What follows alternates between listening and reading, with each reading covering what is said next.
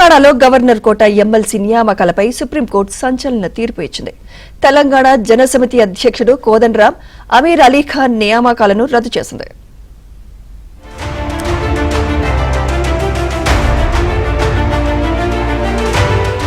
తెలంగాణలో ఎమ్మెల్సీలుగా కోదండరాం, అమీర్ అలీఖాన్ నియామకాలను బీఆర్ఎస్ నేతలు దాసోజు శ్రవణ్, కుర్ర సత్యనారాయణ సుప్రీంకోర్టులో సవాల్ చేశారు. పిటిషన్లను విచారించిన సుప్రీంకోర్టు సంచలన తీర్పిచ్చింది. తదుపరి ఉత్తర్వులకు అనుగుణంగా ఎంపిక ఉండాలంటూ గత మధ్యంతర ఉత్తర్వులను సవరించింది. మధ్యంతర ఉత్తర్వుల తర్వాత ప్రమాణ స్వీకారం చేయడం తప్పు అని తేల్చి చెప్పింది. కోదండరాం, అలీఖాన్ నియామకం రద్దు చేస్తూ ఆదేశాలు జారీ చేసింది.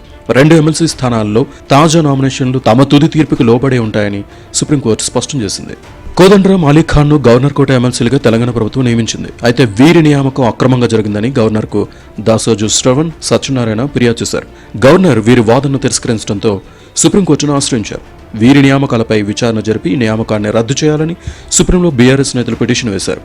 తాజాగా విచారణ జరిపిన అత్యున్నత న్యాయస్థానం ఆగస్టు 14, 2024లో తీర్పులో మార్పులు చేస్తూ వారి నియామకం చెల్లదని తీర్పును వెలువరించింది. తదుపరి విచారణను సెప్టెంబర్ 17వ తేదీకి వాయిదా వేసింది. తీర్పుపై దాసోజు శ్రవణ్ స్పందించారు. ప్రభుత్వాలు రాజ్యాంగబద్ధంగా పనిచేయాల్సిన అవసరం ఉందని శ్రవణ్ అన్నారు. వ్యక్తుల పోరాటం కాదండి, ఇది ఒక రాజ్యాంగబద్ధమైనటువంటి ఒక పోరాటము. పెద్ద పెద్ద కుర్చీల్లో కూర్చున్నటువంటి వాళ్ళు ఉదాత్తమైనటువంటి ఒక బుద్ధితో రాజ్యాంగ నిబద్ధతతో పనిచేయాల్సిన అవసరం ఉంది. The spirit of the constitution cannot be played with.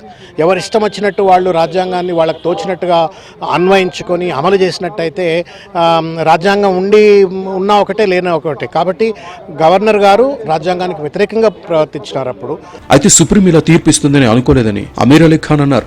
Court తీర్పు చదివిన తర్వాత మాట్లాడతానని పేర్కొన్నారు. మొన్నటి వరకు జర్నలిస్ట్నని, ఎలాంటి రాజకీయ నేపథ్యం లేదని చెప్పారు. గతంలో నేను జర్నలిస్ట్ ఉంది, 1990 తర్వాత ఇప్పుడు వరకు జర్నలిజం ఉంది.